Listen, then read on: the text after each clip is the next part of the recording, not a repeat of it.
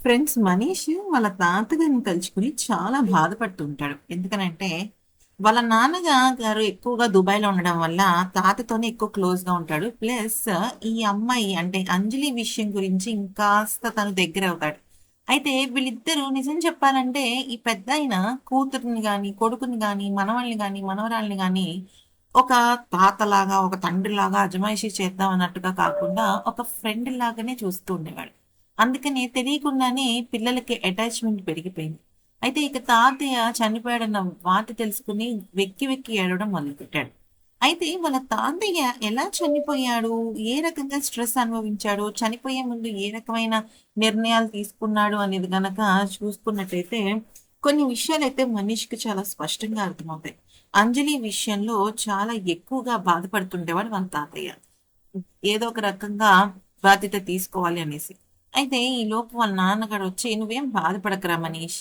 నువ్వు హాయిగా నీకు తగ్గట్టుగా నువ్వు పని చేసుకుంటుండు. తాతయ్య ఆశీర్వాదం ఉంటుంది" అంటే మనీష్ మాత్రం అంజలి గురించి ఆలోచిస్తుంటాడు. ఎందుకనంటే అంజలిని తీసుకురమ్మనడం, వాళ్ళ అత్తయ్య ఏ విషయం దగ్గర ఈ విషయం దాచడం ఇవన్నీ కూడా వాళ్ళ తాతయ్య చెప్తేనే చేశాడు. సో వాళ్ళ తాతయ్యకి అంజలి మెయిన్ ప్రిఫరెన్స్ అని మనీష్కి అర్థమయ్యి, "తాతయ్య, నీ నమ్మకాన్ని నేను నిలబెడతాను. ఖచ్చితంగా ఆ అమ్మాయికి నేను తోడుగా ఉంటాను" అని చెప్పేసి మనీష్ అయితే ప్రమాణం తీసుకుంటాడు. అయితే ఈలోపు ఏమవుతుంది అంటే ఫోటో చూస్తూ అంజలి ఎమోషనల్ అవుతుంది. తాతయ్య, అమ్మ, చెల్లి ఇలాగా ప్రతి ఒక్కరిని అలాగా చేత్తో తడుముతూ, అంటే వాళ్ళ అమ్మ ఇప్పటి వరకు తెలియదు కదా తనకి ఎలా ఉంటుందనేసి. అయితే ఇక ఆ తర్వాత అలా చూసుకుంటూ, ఇది నా కుటుంబం అంటే, అదేంటి మా ఫోటో చూసి నీ కుటుంబం అంటున్నావు అనగానే షాక్ అయిపోద్ది అనమాట ఈ అమ్మాయి. షాక్ అయిపోయి అంటుంది, "ఆ, లేదు లేదు, నేను మా కుటుంబం అనలేదు, పెద్ద కుటుంబం అన్నాను" అనేసి అంటుంది. అంటే సరేలే, భోజనానికి రా అంటే, నేను రాను బావా అంటుంది. బావా అనేస్తుంది. అనేయంగానే ఇంకా షాక్ అవుతాడు మనిషి. ఇదేంటి నన్ను బావ అని పిలుస్తున్నావు అంటే, బావ కాదు పోవా అన్నాను అంతే అని చెప్పేసి వెళ్ళి కూర్చుని వాళ్ళ మేనమామని తిట్టుకుంటూ ఉంటుందన్నమాట. ఈలోపు మనీష్ వచ్చి అంటాడు, "నువ్వు అసలు ఎవరు? నువ్వు ఎందుకు ఇక్కడికి వచ్చావు? మా తాతయ్యకి నీకున్న అనుబంధం ఏంటో నాకు చెప్పు" అంటాడు. అంటే అంటుంది, "నీకు మీ నాన్నగారు అంటే చాలా ఇష్టం కదా" అంటే, "ఆ, అవును ఇష్టం" అంటాడు. "కానీ నీకు మీ నాన్నగారి పోలిక అస్సలు రాలేదు. నువ్వు చాలా మంచోడివి. కొన్ని విషయాల్లో ఎందుకు జరిగింది, ఎలా జరిగింది అనే విషయాన్ని పూర్తిగా ఆలోచించి అప్పుడు మాత్రమే నిర్ణయం తీసుకుంటావు" అని అంటుంది. అంటే ఈ అంజలి మేనమామే కదా వీళ్ళ నాన్నగారు. అంటే సొంత బావ మరదళ్ళే కదా వీళ్ళిద్దరు. అయితే అంటుంటుంది, మా మేనమామ గనక ఆ నిర్ణయం తీసుకుని ఉండకపోయి ఉండుంటే నేను ఈ రోజు ఇక్కడ ఉండేదాన్ని కాదు. అందరితో కలిసి నా ఫ్యామిలీతో కలిసి ఉండేదాన్ని అని చెప్పేసి అంటూ ఉంటుంది అనమాట. అయితే మీ మేనమామ ఎవరు? మా నాన్న గురించి ఇప్పుడెందుకు? అసలు నువ్వెవరు అనేసి అడుగుతాడు. అంటే నేను ఇప్పుడు చెప్పలేను, కొన్ని సమాధానాలు ప్రశ్నలు అని ఏదో మొదలెడితే మనీష్ కోపం వచ్చి అంటాడు, "నీ తలకాయ్, ఏదో ఒకటి చెప్పు. మా తాతయ్య ఇలాగే చేశాడు, నువ్వు ఇలాగే చేస్తున్నావు" అని చెప్పేసి అంటాడు అనమాట.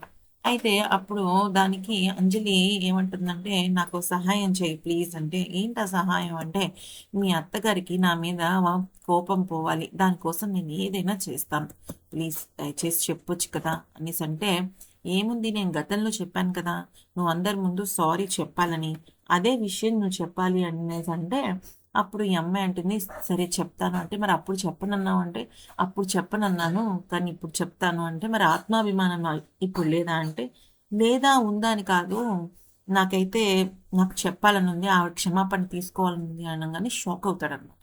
ఈలోపు ఈ ఈవిడ అంటే గీతాంజలి వెక్కి వెక్కి ఏడుస్తూ ఉంటుందన్నమాట. అంటే వాళ్ళ నాన్నగారిని తలుచుకుని, చిన్నప్పటి నుంచి వాళ్ళ నాన్నగారు తన కోసం చేసిన పనులు, తను ఏదైనా తప్పు చేస్తే ఏ రకంగా సమర్థించేవాడు అని బాధపడుతుంటే భర్త వచ్చి తనని కొంతవరకు సముదాయిస్తాడు. "గీతు, నువ్వు మళ్ళీ నీ ఉద్యోగంలో అంటే నీ డ్యూటీస్లో నువ్వు జాయిన్ అయిపో, నీ పని నువ్వు చేసుకో, ఆఫీస్కి వెళ్తూ ఉండు, అదే డైవర్షన్ అవుతుంది, మీ నాన్నగారు కూడా నీకు అదే చెప్తారు కదా" అనేసి అంటాడనమాట. నిజంగా గీతాంజలికి దేవుళ్ళంటి భర్త దొరికారు ఫ్రెండ్స్, నిజంగా చెప్పాలంటే. ఎందుకంటే ఫస్ట్ ఒక అబ్బాయి చేతుల్లో మోసపోయి కడుపు తెచ్చుకున్న తర్వాత ఒక బిడ్డకి జన్మనిస్తుంది కదా. కానీ ఇక ఆ తర్వాత తన భర్త తనను చూసుకునే తీరు చాలా అద్భుతం అనే చెప్పాలి. ఏ ఆడదానికైనా ఇటువంటి భర్త దొరికితే చాలా గొప్పగా జీవితం ఉంటుంది. ఇది నా పర్సనల్ విషయం. అయితే మీ కామెంట్స్ చెప్పండి. ఈలోపు ఈ అమ్మాయి బబిత వాళ్ళ బావని బాగా మిస్ అవుతూ ఉంటుందన్నమాట. కానీ వాళ్ళ బావ మాత్రం అంజలి దగ్గరే ఉంటాడు. అయితే అంజలి వాళ్ళ అమ్మమ్మ గారి దగ్గరికి వెళ్ళి, మీడియా ముందు మా అమ్మకి సారీ చెప్పాలనుకుంటున్నాను అమ్మమ్మ, నువ్వు నన్ను ఆశీర్వదించు అంటే, అప్పుడు వాళ్ళ అమ్మమ్మ గారు తనను ఆశీర్వదించి, నువ్వు మీ అమ్మలాగా మొండిగా చాలా పట్టుదలగా ఉండి సారీ చెప్పవేమో అనుకున్నానమ్మా, కానీ నువ్వు ఈ నిర్ణయం తీసుకున్నావు చూడు, చాలా అద్భుతంగా ఉంది అనేసి అంటుందన్నమాట. అయితే ఇక అలాగ వాళ్ళ అమ్మమ్మ గారు మాట్లాడుతుంటే, ఇక నేను మా అమ్మ కోసం ఎన్ని మెట్లైనా దిగుతాను, మా అమ్మ ప్రేమ నాకు కావాలి అనేసి అంటుందన్నమాట. ఈలోపు అక్కడికి మనీష్ వచ్చి, రా వెళ్దాము, మీడియా దగ్గరికి వెళ్దాము అంటే, సరే. ఈలోపు వాళ్ళ నానమ్మ పిలిచి, ఎందుకు రా డల్గా ఉన్నావు, తాతయ్యని మర్చిపోలేకపోతున్నావు కదా అంటే, తాతయ్యని మర్చిపోవడం కాదు నానమ్మ, తనే నా జీవితం కదా అనేసి బాధపడుతూ ఉంటాడనమాట. అయితే ఇంకా మనీష్‌ని చూసి వాళ్ళ నాన్నమ్మ అయితే ఓదారుస్తూ ఉంటుందనమాట. అయితే ఇక ఆ తర్వాత ఏమవుతుందంటే, మీడియా ముందు అందరికీ కూడా క్షమాపణ చెప్తుంది. చెప్పిన తర్వాత ఇక మనీష్ అంటాడు, ఇప్పుడు మా అత్తయ్య ఖచ్చితంగా నేను క్షమిస్తుంది చూసుకో అంటే, నిజంగా క్షమిస్తుందా అంటే, తప్పకుండా క్షమిస్తుంది. మా అత్తయ్య గురించి నాకు తెలుసు అని మనీష్ తనకు ధైర్యం చెప్తుంటాడు. అయితే ఈలోపు గీతాంజలి ఒక సంసిగ్ధంలో పడిపోతుందనమాట. అంటే క్షమించాలా వద్దా అనేసేసి. చూద్దాం ఏం జరుగుతుందనేది. ఈ వీడియో కనుక నచ్చితే లైక్ చేసి సబ్స్క్రైబ్ చేసుకోండి friends. Thank you for watching.